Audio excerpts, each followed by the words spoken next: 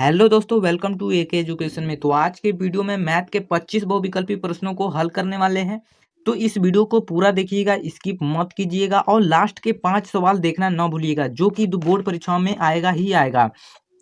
तो मैं सबसे पहले बता दूं कि इस वीडियो को पूरा देख लेते हैं तो आपको यह फायदा होगा कि आप अपने को जांच सकते हैं अभी तक आपने कितना तैयारियां किए हैं।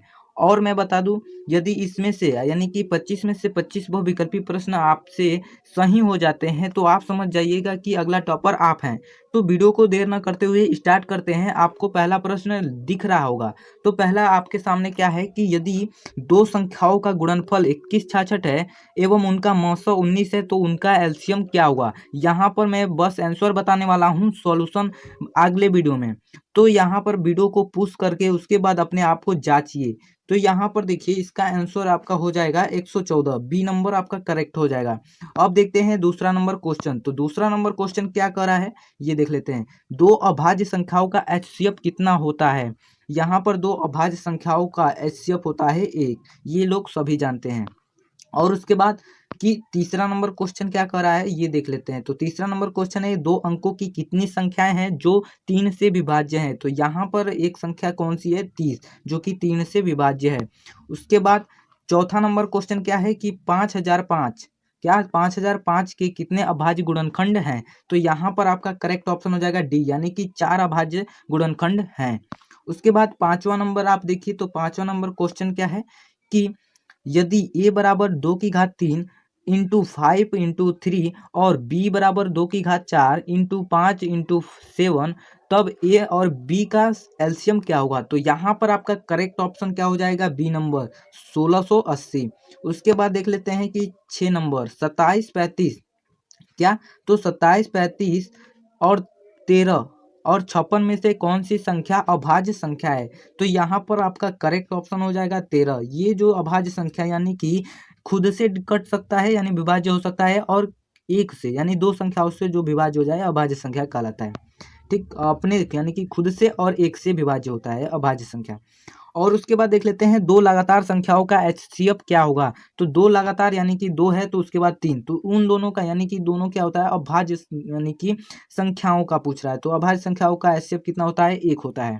उसके बाद देख लेते हैं आठवां क्वेश्चन। तो आठवां क्वेश्चन क्या है कि सबसे छोटी अभाज्य यानी कि भाज्य संख्या और सबसे छोटी अभाज्य संख्याओं का एचसीएफ कितना होगा। तो आप लोग जानते हैं सबसे छोटी भाज्य संख्या क्या होता है, 2 होता है, नहीं 4 होता है।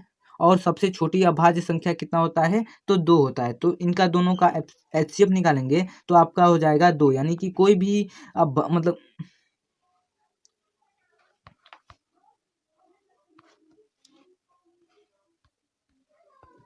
अब देख लेते हैं आठवां नंबर क्वेश्चन। तो आठवां नंबर क्वेश्चन क्या कर रहा है। तो यहाँ पर देखिए, सबसे छोटी भाज्य संख्या और सबसे जो है कि छोटी अभाज्य संख्याओं का एचसीएफ कितना होगा। यानी कि छोटी भाज्य संख्या 4 हो गया और सबसे छोटी अभाज्य संख्या 2, उन दोनों का एचसीएफ निकालेंगे तो आपका हो जाएगा 2, यानी कि करेक्ट ऑप्शन बी। उसके बाद 9 नंबर क्वेश्चन देखिए क्या कर रहा है, दो क्रमिक सम संख्याओं का एचसीएफ क्या होगा। तो यानी क्रमिक संख्या यानी कि जैसे 2 है तो उसके आगे 3, यानी दोनों यानी कि, लेकिन यहाँ पर एक शर्त है कि सम संख्या होनी चाहिए। जैसे 2 है तो उसके बाद क्या होगा, 3 नहीं होगा, उसके बाद 4 होगा। तो उन दोनों का संख्याओं का एचसीएफ निकालते हैं तो 2 आता है।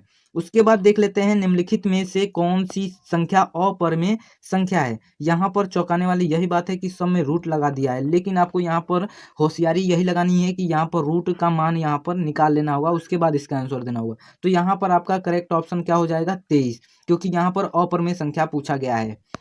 उसके बाद यहाँ पर 11 नंबर क्वेश्चन क्या है। तो 11 नंबर आपके सामने दिख रहा होगा कि 2, 10 और 20 के एलसीएम और एचसीएफ का अनुपात क्या होगा। तो यहाँ पर आपका करेक्ट ऑप्शन हो जाएगा 10:1 हो जाएगा।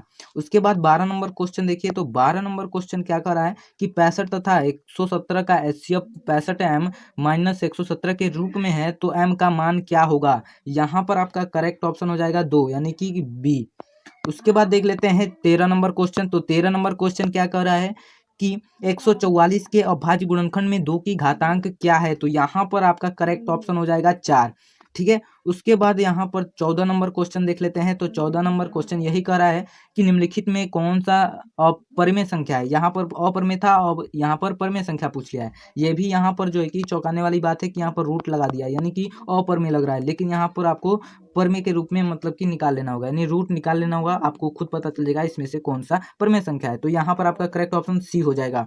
उसके बाद देख लेते हैं 15 नंबर क्वेश्चन। तो 15 नंबर क्वेश्चन क्या कह रहा है कि निम्नलिखित संख्याओं में से अभाज्य संख्या का चयन करें। अभाज्य संख्या यानी कि जो खुद से कटे और एक से कटे। तो यहाँ पर आपका करेक्ट ऑप्शन हो जाएगा 29, जो कि किसी संख्या से नहीं कटता है, खुद से कटता है और एक से कट सकता है।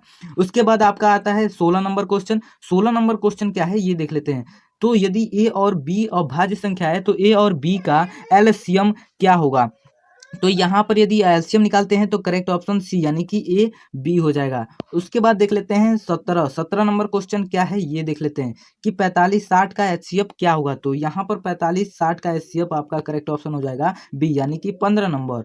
उसके बाद 18 क्वेश्चन यानी कि 18 नंबर क्वेश्चन क्या कर रहा है।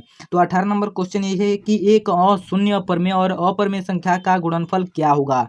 हमेशा परिमेय संख्या, हमेशा अपरिमेय की, परिमेय और अपरिमेय दोनों की कोई नहीं। तो यहाँ पर आपका करेक्ट ऑप्शन क्या हो जाएगा कि हमेशा अपरिमेय। जब परिमेय और अपरिमेय की संख्या का गुणनफल करते हैं तो हमेशा क्या आता है, अपरिमेय संख्या आता है। ठीक है। उसके बाद देख लेते हैं 19 नंबर क्वेश्चन। तो 19 नंबर क्वेश्चन क्या कर रहा है कि निम्न में से कौन अभाज्य संख्या है, यानी कि अभाज्य संख्या क्या है, ये पिछले मतलब कर लिए हैं। तो जो है कि इसका अभाज्य संख्या क्या होगा, तो इसका अभाज्य संख्या हो जाएगा 41 यानी कि करेक्ट ऑप्शन सी।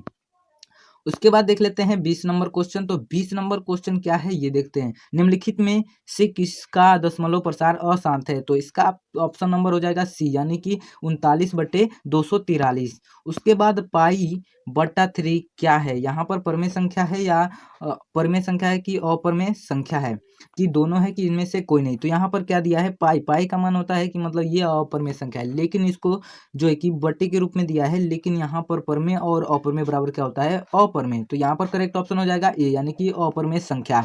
उसके बाद देख लेते हैं 22 नंबर क्वेश्चन। तो 22 नंबर आपके सामने क्या है कि दो संख्याओं का गुणनफल 86-70 है, तो इसका एचसीएफ 17 है, तो एलसीएम क्या होगा। ये सूत्र आप लोग पढ़े होंगे, इसको बहुत आसानी से हल किया जाता है।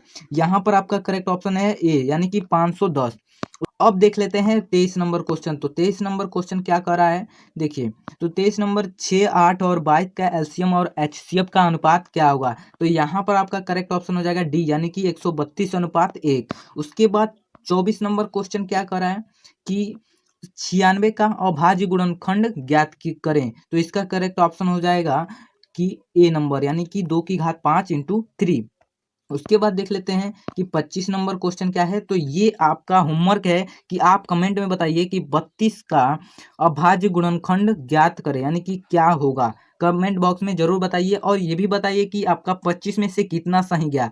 और ऐसे ही बहुविकल्पी प्रश्नों के लिए चैनल को सब्सक्राइब करें। तो मिलते हैं अगले वीडियो में अगले बहुविकल्पी के साथ, तब तक के लिए धन्यवाद।